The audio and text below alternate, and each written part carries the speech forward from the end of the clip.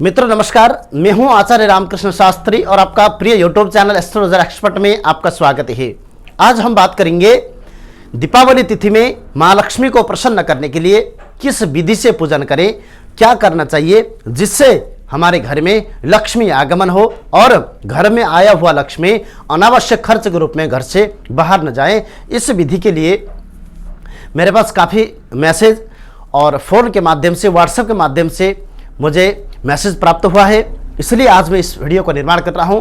तो आज हम जानेंगे कि लक्ष्मी प्राप्ति के लिए जितना सरल विधि मैंने इससे पहले प्रस्तुत किया है, उतना ही सरल विधि में आपको लक्ष्मी आगमन के बाद लक्ष्मी घर में स्थापित रहे, अनावश्यक खर्च ना हो, इस प्रकार की विधि भी मैं आपको प्रस्तुत करूंगा।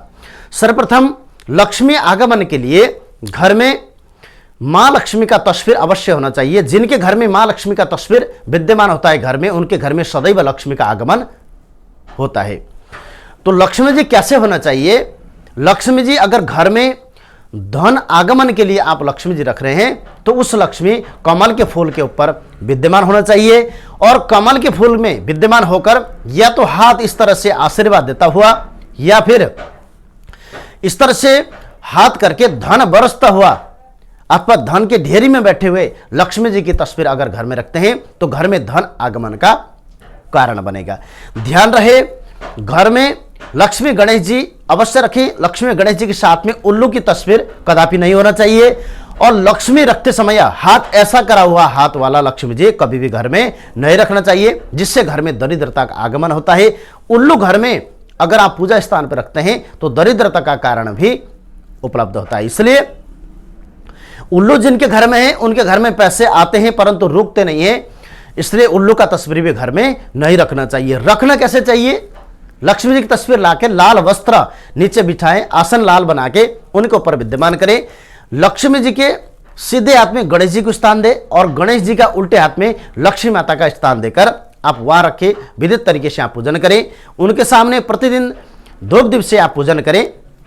उसके बाद लक्ष्मी निरंतर आए उसके लिए एक मंत्र दे रहा हूं, ओम श्रीम ह्रीम श्रीम कमले कमलालय प्रसिद्ध प्रसिद्ध ओम श्री ह्रीं श्रीं ओम महालक्ष्मी नमः।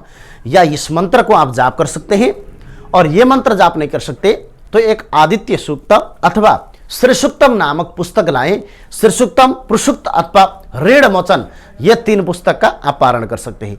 ऋण मोचन उन्हीं को पारण करना चाहिए जिनको कर्ज वृद्धि हो रहा है, कर्ज है, और अगर कर्ज नहीं है और आपका कारोबार में समस्या है तो श्री सूक्तम और पुरुषुक्त का पाठ करिए, जिससे लक्ष्मी विष्णु जी आपके घर के अंदर आकर सदैव विद्यमान रहेंगे। लक्ष्मी जी निरंतर आए उसके लिए अभी दीपावली में आप कौड़ी खरीद करके लाएं, चांदी का सिक्का, 2 सुपारी और कमल गट्टे अवश्य होना चाहिए। लाल चावल, लाल फूल हो सकता है तो कमल का फूल और कुछ सिक्के, दरिया नारियल, लघु नारियल और गोमती चक्र, दक्षिणावर्ती शंख, मोती शंख और हत्ता जोड़ी लगाए ये सभी सामान एकत्रित करके मां लक्ष्मी का मंत्र उच्चारण करते हुए या फिर श्री सूक्तम का पाठ करते हुए वो सभी लाल कपड़े में रख के आप उसको पोटली बंद करिए।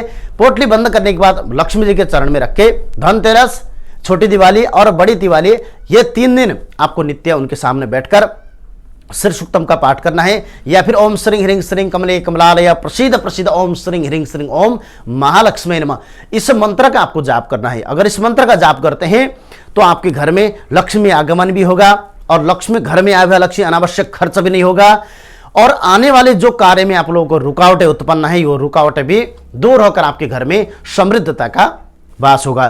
तो ये विधि आप अवश्य करेंगे और ये विधि करते समय ध्यान रहे घर के ही मनुष्य अथवा घर के ही जो सदस्य हैं वो पूजा में होना चाहिए, घर के अलावा अन्यथा कोई भी आदमी पूजा में नहीं होना चाहिए।